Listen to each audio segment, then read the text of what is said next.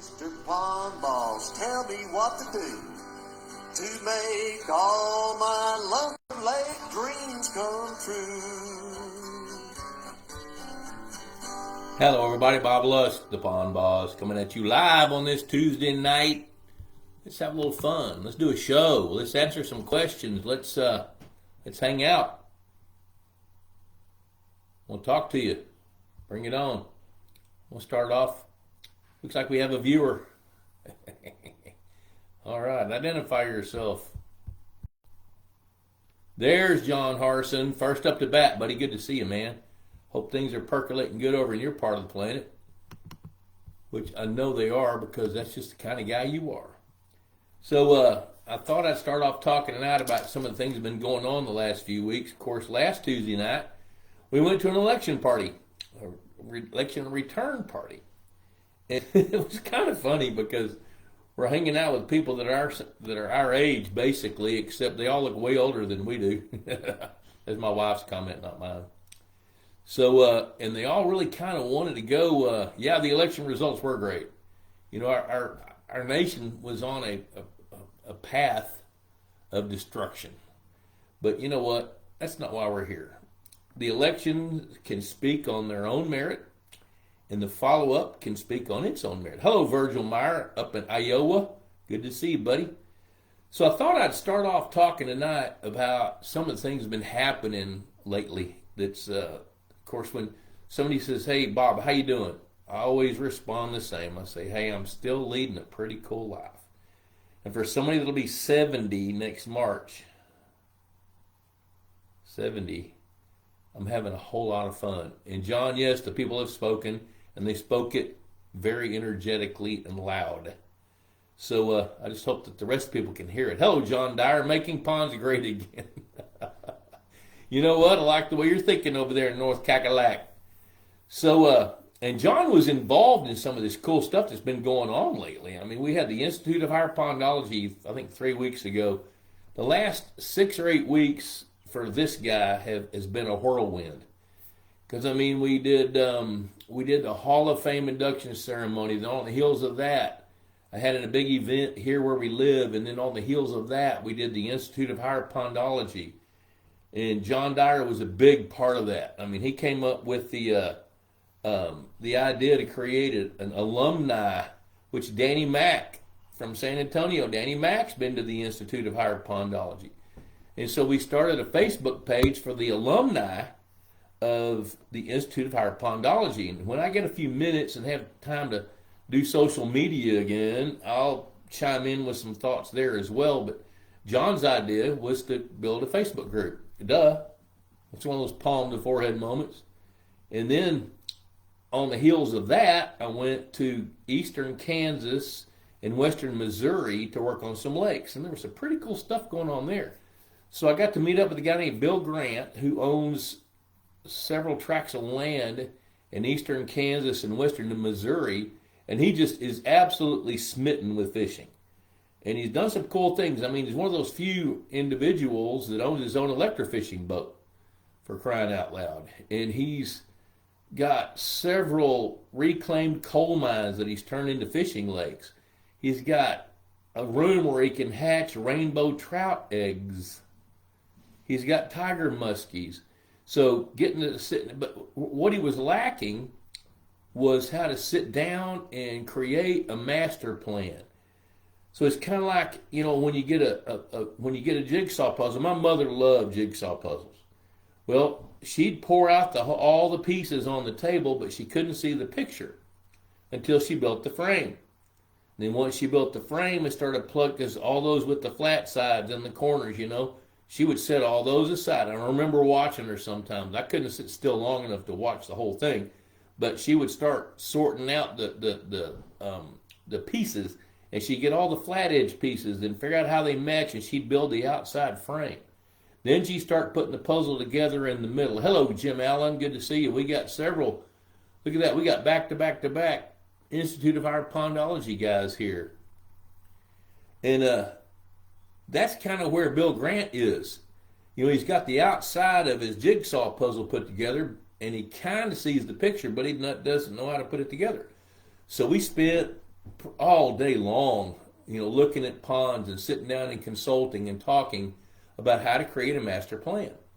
And if you don't have a master plan, then I would suggest that you think about that. Now, his is a lot more complex than, say, maybe, hello, Doug Cusick, than, say, Danny Mack's. I mean, Danny Mack can walk out his back door and he's got a waterfall, a little cascading creek into his pond where he picks the water up and runs it back over the waterfall.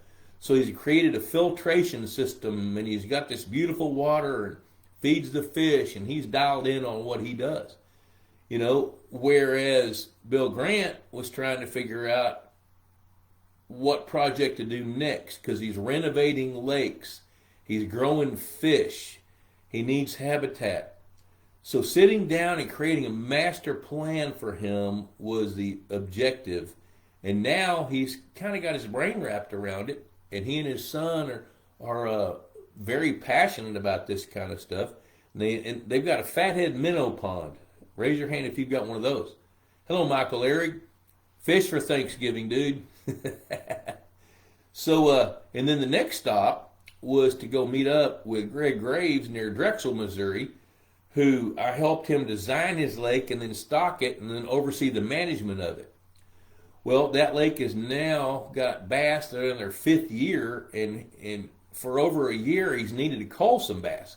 Well, you got a 67-acre lake, and to take out 500 or 600 bass out of a lake that size, it's hard. It's a hard job to do, and if you do it by angling, then there's bias to that, because now you're culling your most aggressive fish, and odds are high that you're going to pay the consequences for that 5 or 6 years beyond that. So there's Bill Grant's lake and projects. Now we got Greg Graves. So I got thinking about it, and that last spring I called a friend of mine at Bass Pro Shops that's in charge of facilities, which means, well, what it is he's the guy that was in charge of all the aquaria in all the Bass Pro Shop stores from the beginning. Well, now his job is just escalated. Now he's in charge of facilities for like 200 stores, which I don't know how many they've got, but that number rings a bell with me. And so he's delegated some of the duties to other employees and other fantastic guys. Does an emerald shiner pond work? Randy Gaines says, if they'll reproduce for you, it works great. And I'm digging back my memory bank. I don't remember how emerald shiners spawn, but I would dial in on figuring out how they spawn and make sure to duplicate what they need. It could be that they need some moving water, but I know they're going to stick their eggs on vegetation. Hello, Chuck. Good to see you, buddy. So anyway, I called and talked to Dan Hoy there with Bass Pro Shops, and he put me in touch with Blake Michaels, who's the fish acquisition guy. And I called him to talk about, we really need to cull some fish, and, you guys are always looking for fish. So he called a buddy of his who I know, Quentin Phelps, Dr. Quentin Phelps, who's fisheries biologist at Missouri State University and getting ready to move to South Dakota. He studied under Dave Willis, and I got to know him when he was studying under Dave. Dave was the department head of South Dakota State University's fisheries department, wildlife and fisheries department. And so Quentin is now, been out in the world of academia for probably 15, 18 years. So he's got his legs under him. So anyway, he's got a small electrofishing boat and 2 graduate students. So we all met up, the Bass Pro Shops fish acquisition team, Quentin Phelps, Bob Lusk, Greg Graves, the landowner, and those guys started electrofishing some bass. And the objective was to cull as many bass as we could get, up to 500. And I think there was 3 days of electrofishing. I was there for 1 day. Us electrofished and moved 423 largemouth bass that needed to be removed from that lake. And Bass Pro Shops took them, and they're going to grow some of them out. They're going to use some of them for immediate displays. They took them to their quarantine facility, which I've been invited to go look at. I've seen it once, but it was like 25 years ago, and things have changed a little bit since then. So I'm going to go check out their quarantine facility sometime after Christmas, take a tour, see what's going on. And anyway, the bottom line was it was a win-win deal. The landowner needed to cull some fish, so we got to selectively harvest. If any bass was greater than 100% relative weight, we didn't care how old it was, it went back in the lake. If it was under 100, it was culled, except for any bass greater than 19 inches or bigger. Those were all returned to the lake because those fish are in their 5th year. One of the objectives is to grow some trophy bass. Now, that lake also has walleye and smallmouth bass. Now, part of the reason, Leanne's checking in. Look at there. The November, December issue should be in people's mailboxes now. Sweet. I was late because of all these travels. So Leanne's always got my back. She's always covering things, making sure it gets handled in the office. Actually, when you call the office, you're talking to Leanne. And she's checking in tonight. Thanks, Leanne. Check your mailbox. Wait till after the show, though. Speaking of Palm Balls, hashtag Palm Balls Magazine. Click like. Share this to your timeline, and you're eligible for a drawing for what, Leanne? What are we giving away? I forgot. Oh, Jim Allen got his today. Sweet. Good deal. Maybe a mug, a Hall of Fame mug or something. John Harson's missing and she finally showed up. You know, I tell you what happened to you, dude. Your post office person, your mail guy did it. Hall of Fame glass. There we go. She's got a handful of Hall of Fame glasses. There you go. Okay, I see Virgil Meyer. Virgil, I'll come back to your question here in a minute. Let me scroll up and make sure. Yep, okay. So anyway, we Greg Graves contributed 425 odd something largemouth bass from 7 inches up to like 5 pounds. We let him take a few 5-pound fish. Oh, that's right. Hashtag Palm Balls Magazine. Click like, share this to your timeline. You're eligible for a drawing for a Hall of Fame mug. Palm Boss, $35 a year. Mark Hicks beat me to it. Cheaper than a Friday night date, and it lasts a year. Actually, I just had lunch with my wife, or supper with my wife over here where we live. $36. It'll be gone tomorrow. I was going through a bunch of stuff the other day, and look at this. This is kind of cool. I came across this Purina gadget. Check that out. It's flashing. It's a lapel pin that I will never wear. We might give that away in a drawing. It's lit up. I was going to give that to David Nelson at the Hall of Fame banquet, and I forgot it. Just came across it. She doesn't know I've got bourbon.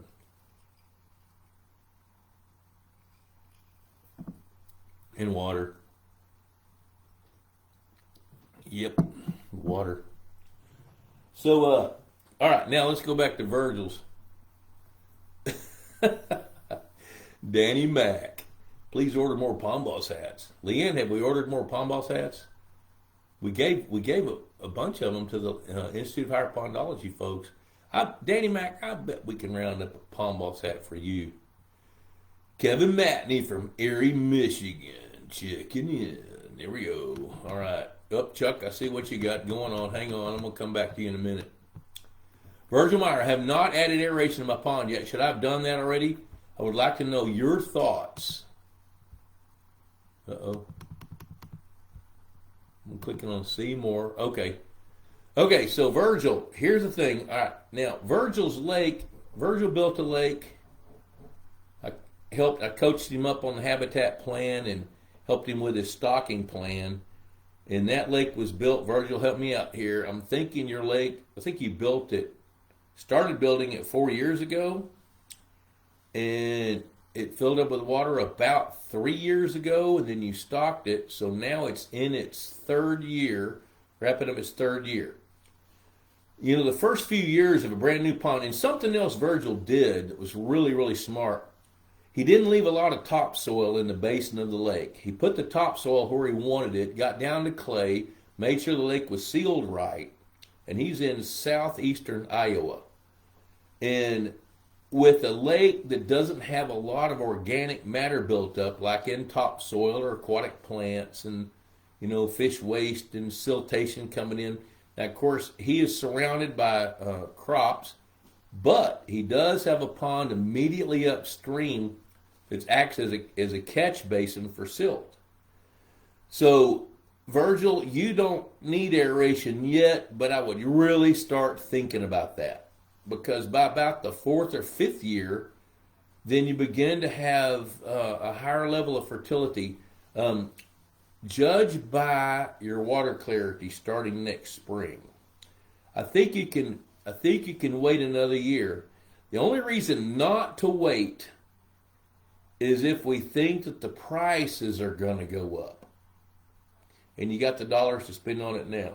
If you don't have a Setchi disc, get one. Here we go. Look at that. Got a Setchi disc.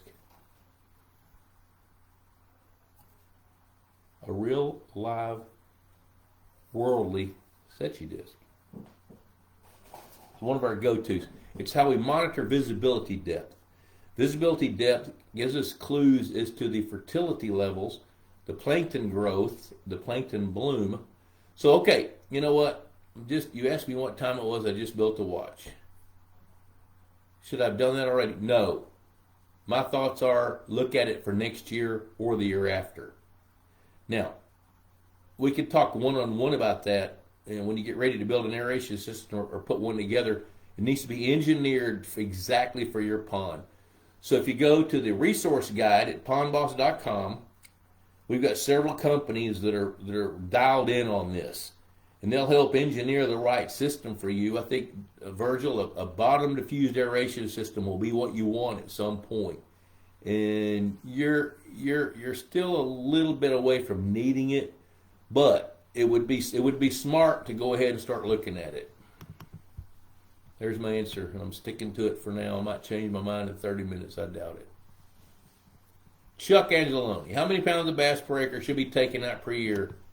Is it different if you're feeding the bluegills regularly? Yeah, it is different if you're feeding the bluegills because the more bait fish you have, the more bass you can support. A general rule of thumb, how many pounds of bass per acre? Kind of depends on the lake. If you've got a lake like the one I've worked on near St. Louis, Missouri, that's a 30-acre gravel quarry, gravel pit. It's only got about 5 acres worth of bass habitat.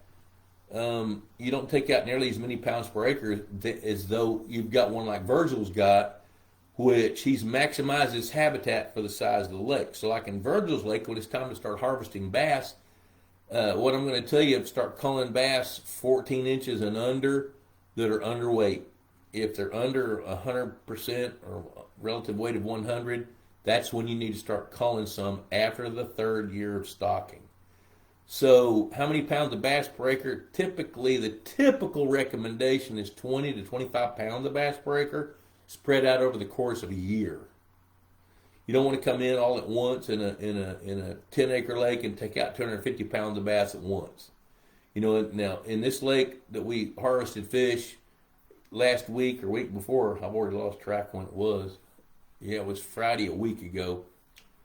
We took out 425 bass, and I bet you that was 580 to 600 pounds total out of a 67-acre lake. So we took out around 8 to 11 pounds per acre out of that lake. Part of the reason we wanted to do that was to make room for some new fish. So we figured out, in which we knew, that the smallmouth bass would not reproduce successfully in that lake. The only way to get more smallies is to stock them. So rather than stock them into a lake that's now tending toward bass crowding, we decreased the numbers of bass, the poundage of bass, then stock smallmouth and walleye because that lake's got some really nice walleye habitat. And we added 100 tiger muskies. And the mission there is for the tiger muskies to grow up and help harvest some of the bass. It's going to be really, really tough to harvest, over a long span of time because a 67-acre lake, you're going to have to be taking out over 1,000 bass per year unless you can get some fish in there to eat half of those.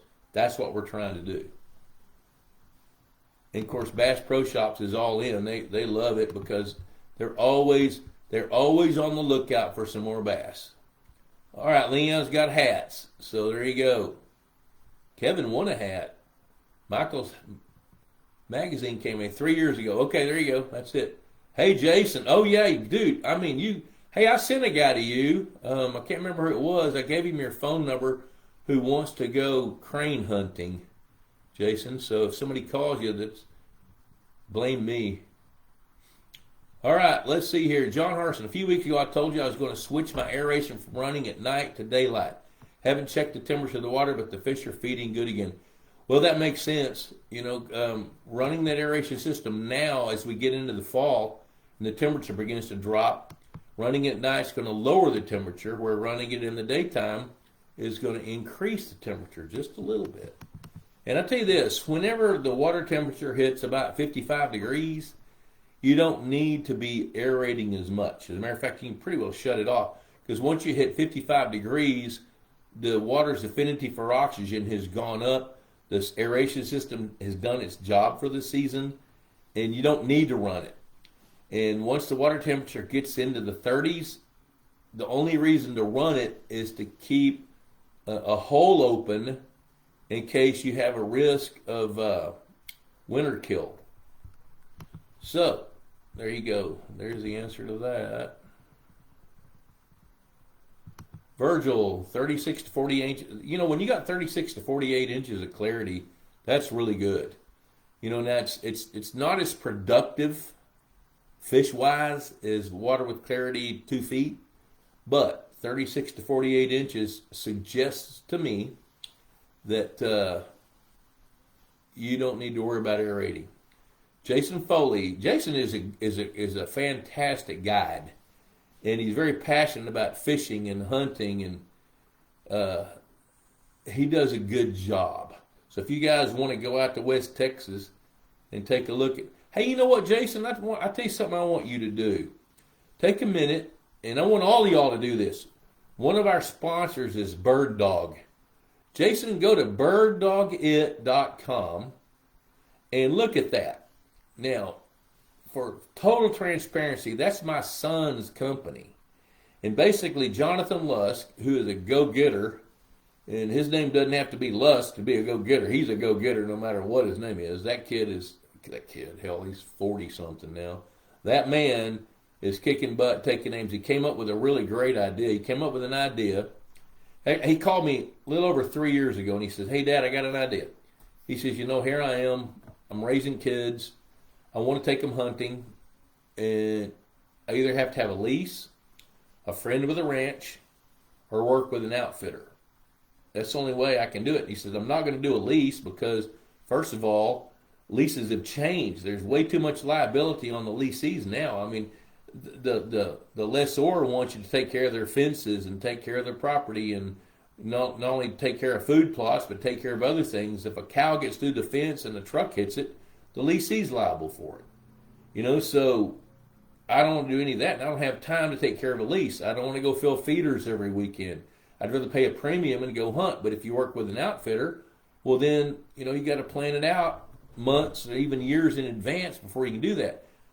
What do you think, Dad, about the idea of creating something like a VRBO or Airbnb for hunting, where I can go strike some deals with ranchers that need to harvest some wildlife, and then match them up with hunters like me that would rather just book a hunt and go do it, you know, and see if we can put that together. I said, dude, I think that's a great idea. Well, that's what he's done. So, Jason, the reason I'm suggesting you go to birddogit.com is you ought to get in touch with Jonathan, because he could probably help facilitate some hunts with you. Kenny Sanderson is hanging out with Scott Schilling. Well, are you with him or is he with you? That's good. I'm glad to hear that. Scott's a pretty cool dude. He organized all my fishing lures a few years ago, and they're still organized because I don't go fishing enough. Well, good. Scott Schilling is one of the he's a big deal on the Palm Boss forum. So's Kenny.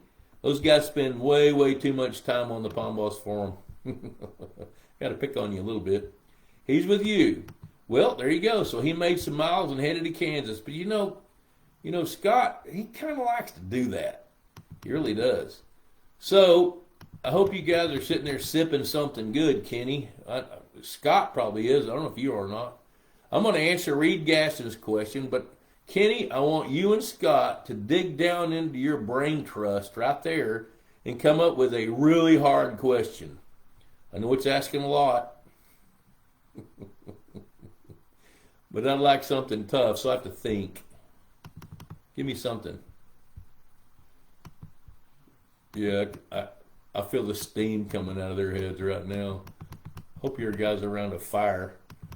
All right, Reed Gaston. Hey, Bob, I have a 35-acre lake in Alabama, and it's bass crowded. I've been taking the small bass out. It just seems like it's not doing any good. Any advice what to do? Yeah, I tell you what, a 35-acre lake, if you're going to take out 20 bass per acre, which is kind of the recommended number, that's 700 bass. That's a lot of work spread out over the course of a year. And here's also the thing: when you've got a crowded bass lake, and you start culling bass, especially when you get behind, after 3 or 4 years, you're behind. After the 3rd or 4th year, then you're behind. That's where I'm going. It's when you take out the small bass, you've kind of got to hit a tipping point. So let's say you got a 35-acre lake that's bass crowded, and let's say there's 7,000 bass, which is really, really high. And you take out 1,000, it's still really, really high. Well, what happens is depending on how long it's been bass crowded, as you're culling more bass, the theory that we think is going to happen is you thin out the numbers, then the rest of those bass that are the same size, then they're going to start to grow. And that happens, but not like you think it does, because depending on how old those fish are, their growth potential is diminished. Now, Jim Allen and I, mostly Jim, and Jim, I was on the road all day today, all day yesterday. I got your email. I'm going to respond to you tomorrow. But Jim is working on a patented device to help age fish quickly. So if we can find out how old those bass are, Reed, then that gives you an idea as to how many more you need to cull. Because what typically happens when we have unknowns, like in that 35-acre lake in Alabama, how old are those bass that are 12 inches long? Are they 1 year old? Are they 5 years old? Are they 3 years old? But when you start culling those bass, we think the remaining bass are going to be the ones that really grow up fast. You know, you have more food, they grow bigger. But that's not what really happens. Until you get their numbers down low enough, what's going to happen is the young of the year fish are going to be the ones that come and fill the gap. So every time you're culling bass, you can cull and cull and cull and cull. There's always some other fish coming up the pipeline that's going to fill that gap. So, trying to tie all this together for you guys, I want to go back to the fundamentals. Happy water. If the water's not happy, nothing else matters. Then it's the habitat. If you've got the very best habitat for all the different species and all the different size classes of all those species, if you have that, then you have a good enough food chain and the right genetics for that area mixed in with your harvest plan, then you're going to start to see bass growth. So if you're culling and culling and culling and culling and you're not seeing a change, there's something else that's not quite as obvious going on, and it's very likely the habitat. So assess that and make sure you've got enough habitat for the fish that you want to manage in the different size classes of those species. Okay, now it gets a little bit complicated there, but I don't know where she is. She got on to me a while ago. Whitford.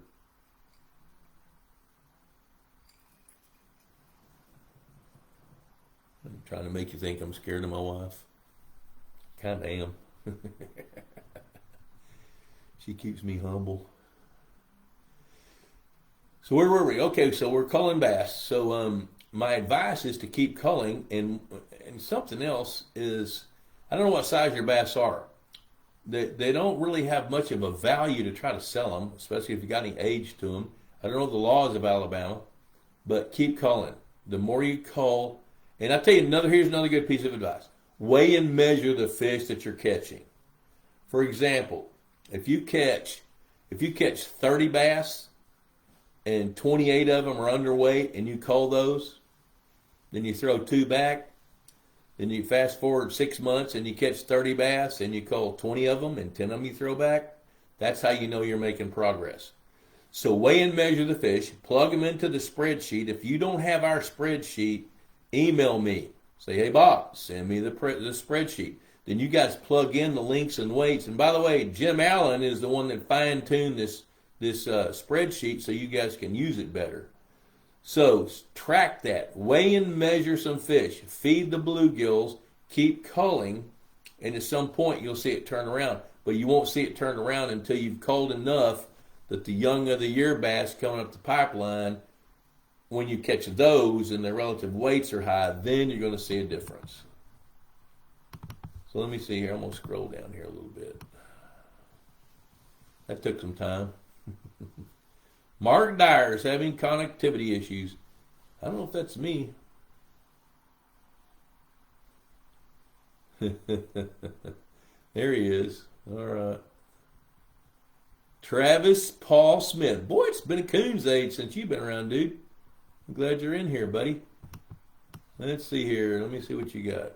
This thing keeps scrolling on me. I've been in church activities a lot. I repent daily. How's the queen and the grands? I know your kids are great. Yeah. The queen is queenly.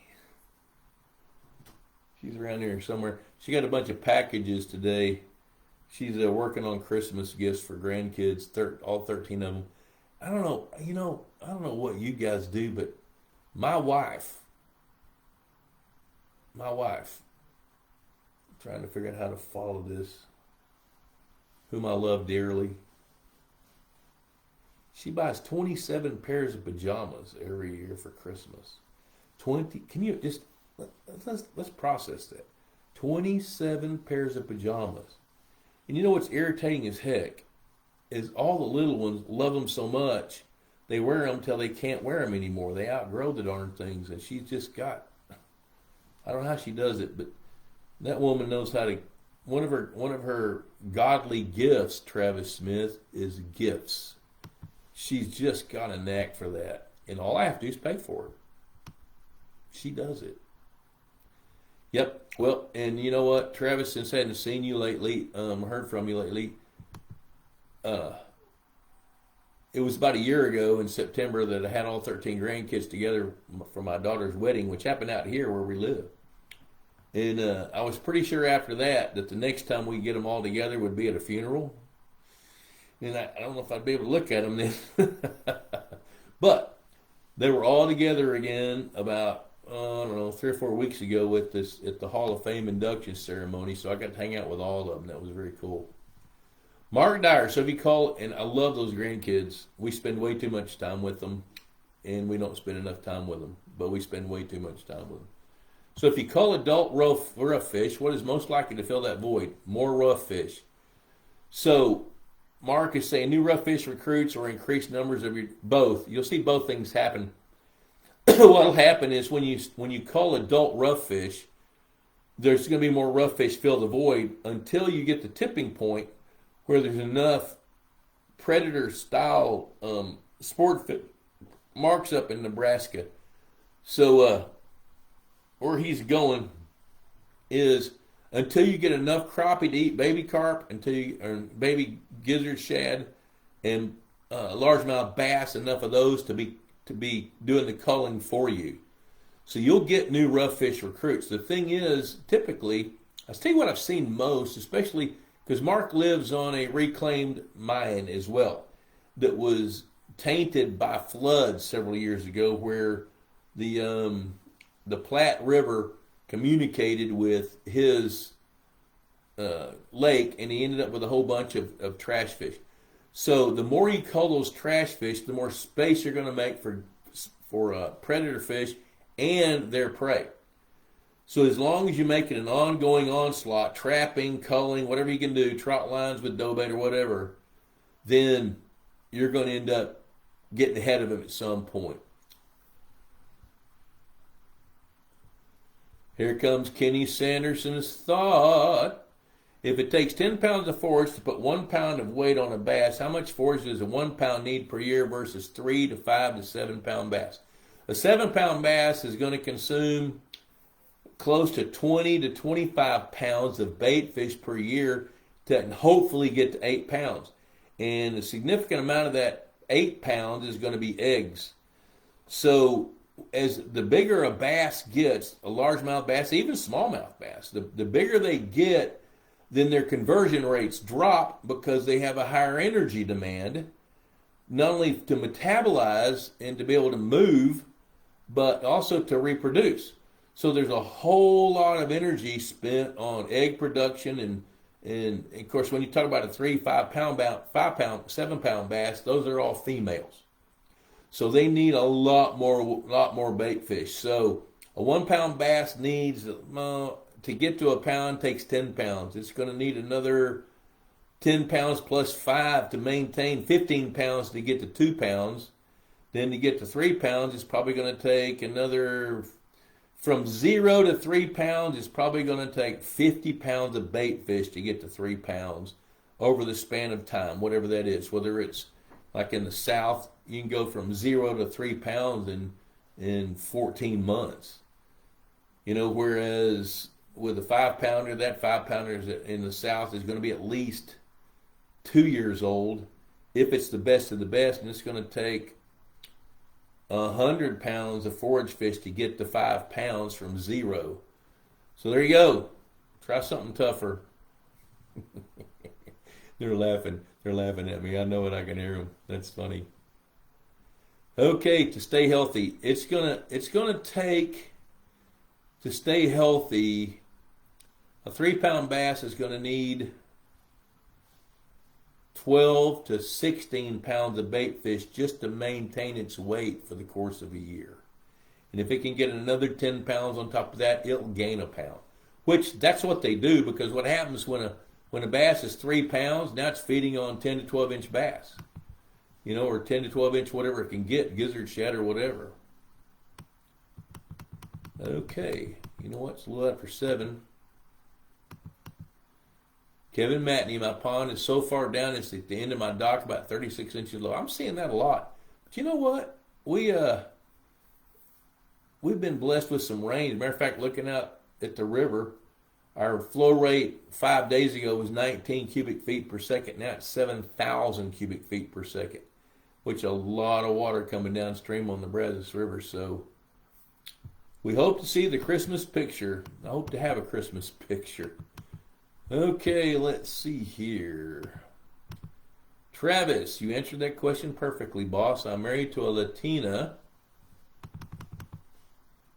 Mexican woman. It's his words. I watch and have learned when and what to say. I learned to not get between kids and grands or work. Oh, dude. Oh my gosh. You want to hear a story? Brian, I'll get to you here in just a minute. Just found me on YouTube. Sweet.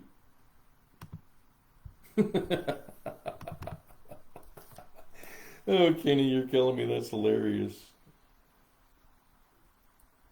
Natelopsis obtusa. What chemical? Natelopsis. That's a bacteria.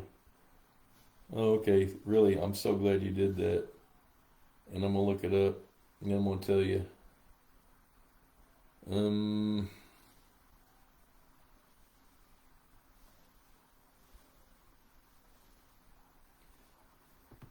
You know what? Aquathol. I think. But you know what? Fluoridone might work on that. Hit me with the science. That's hilarious. I knew you'd come up with something good. All right, let's see here. Oh, I was going to tell you a story. Okay, here we go. Okay. Travis, this one's for you. And anybody else that's got children or grandchildren. Debbie's so cute because when she goes and hangs out with grandkids, especially her son Taylor's kids, she has a tendency, part of her nature is to teach them right from wrong and manners. Oh, man, she's big on manners. I'm telling you, she loves manners. Yes, ma'am, no, ma'am, yes, sir, no, sir. She is all on that all the time. Well, Taylor's classic answer when she starts kind of mothering his children, he'll say, Mom, you're not the mom. You're the grandmother. Be a grandmother. And she's kind of got to just, yeah, okay, I can do that. Well, as a grandfather, that's got just enough redneck in him, I'm going to tell you, as grandparents, you have one job. Keep them alive. That's your job until their parents get back. That's it. That's it. That's your job. Hey, Pond Boss Magazine, $35 a year, guys. If you haven't subscribed to Pond Boss, you need to. There's nuggets in each one. I guarantee you can use something out of each issue because we cover so many topics and treat you so many ways. You're bound to like one of them. So, Texas Hunter products, look them up. Check them out online. We love Texas Hunter products. Chris Blood and Cody, they came to my Hall of Fame induction. They didn't have to come to that, but they did. I was proud they were there. Not only do they have great products, they got great customer service. And I got to meet Cody's wife. That dude married way outside his comfort zone. So did Chris. Chris married a girl from Peru, and I mean, she is brilliant.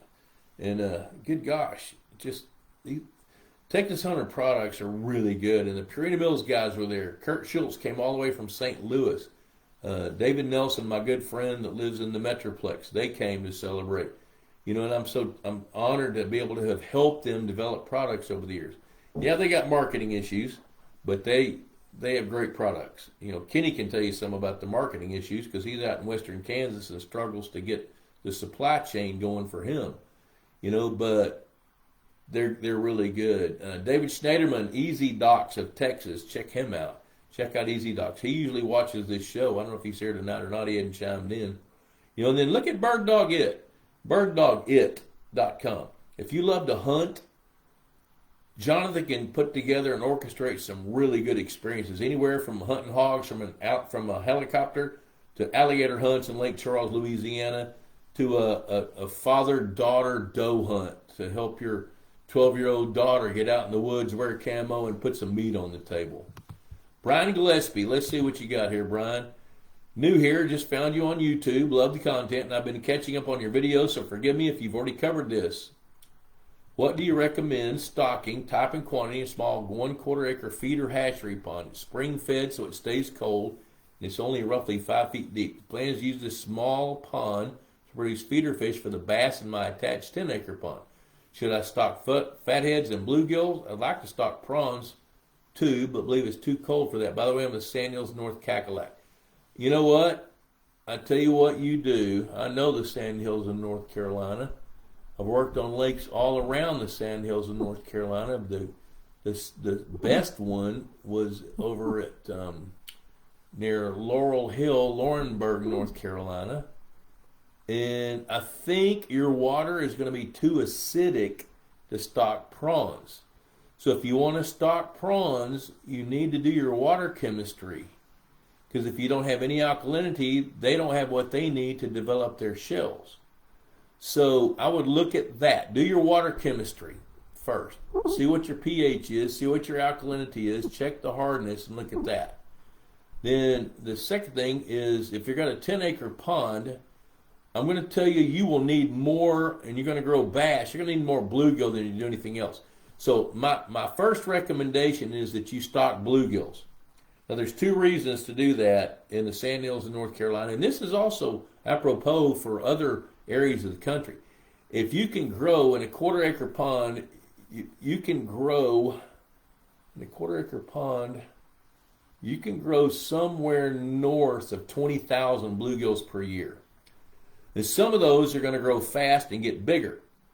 And you can stock those into your 10-acre lake to recruit new bluegills because you can grow some, sure enough, 2-pound plus bluegills in that water in the Sand Hills of North Carolina. Now, when I tell you to check your water chemistry, I'm more concerned about your hatchery ponds more so than your 10-acre lake. However, it would be good to know both. Send me an email at info@pondboss.com. info@pondboss.com when you get those results, and I'll help you interpret those results. But I would stock bluegills and feed the heck out of them. Make sure your water chemistry is right, and plan on harvesting bluegills twice a year from that 1/4 acre pond, and then move them into that 10-acre lake. And if you want to do prawns, you probably can, but that's going to be more novel than it is going to be anything else. Kenny made me look something up. Starwort. Yeah, you won. Yeah, I don't know where you dug that question up, but congratulations. I'd still use Floridone. That 5-pound bass needs 50 pounds of bait fish to get to that size. So feed trains say keeping 50% of feed as new mass should require 10 pounds of feed. It's going to take more than that. It's going to take more than that because the 5-pound bass, Danny Mac, is going to devote a whole lot of energy, because when you're feeding, 50 pounds of bait fish, that's what it takes to gain 5 pounds, but that's not what it takes to maintain that 5 pounds. So not only does it have to maintain 5 pounds, it had to maintain 4 pounds and 3 pounds and 2 pounds. So you got to plug in the numbers for those fish to be able to not lose weight.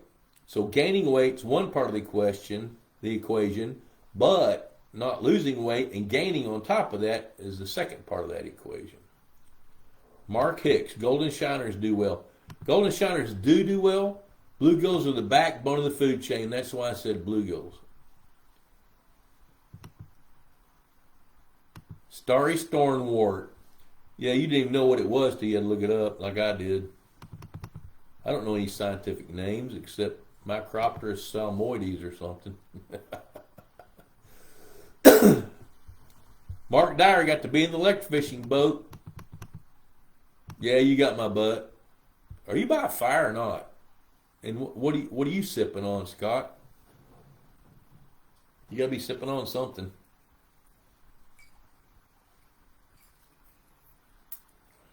I don't know what it is. Mark Dyer spent time in the electric fishing boat. That was pretty fun, wasn't it? We did have a big time. We're going to do it again. Hey, anybody you guys that are interested in the Institute of Higher Pondology, you haven't set the dates yet for the spring, but now we're kind of getting into a groove. We got a great venue at West Haven Ranch, 15-acre lake, and their ongoing management. It's a lot of fun, a lot of hands-on, a lot of you got fish on your hands. And, the education's worth it, but the camaraderie is even better. I know there's guys texting each other now. We still have a lot of that going on from past institutes. It's kind of the camaraderie turns into friendships and people communicate. So it's a pretty cool deal. Okay, let me see here. Kevin wants to do it the next time out. Well, I'll be publicizing that here. Plus, once I get the date set, I got to talk to Bobby West and figure out our dates. But we'll do it either late April, early May, or through there somewhere, and then again in October of next year. So once we get there, then once we get the date set, I'll let you guys know.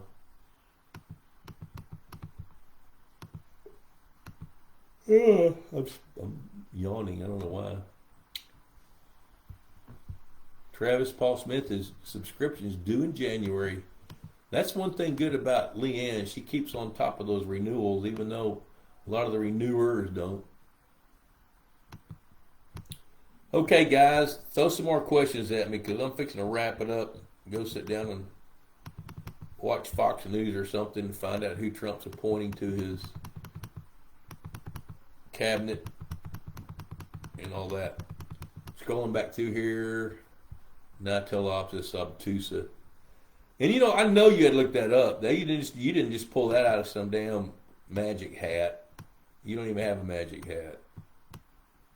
Yeah, you beat me. I challenged you. You did. Purina Mills.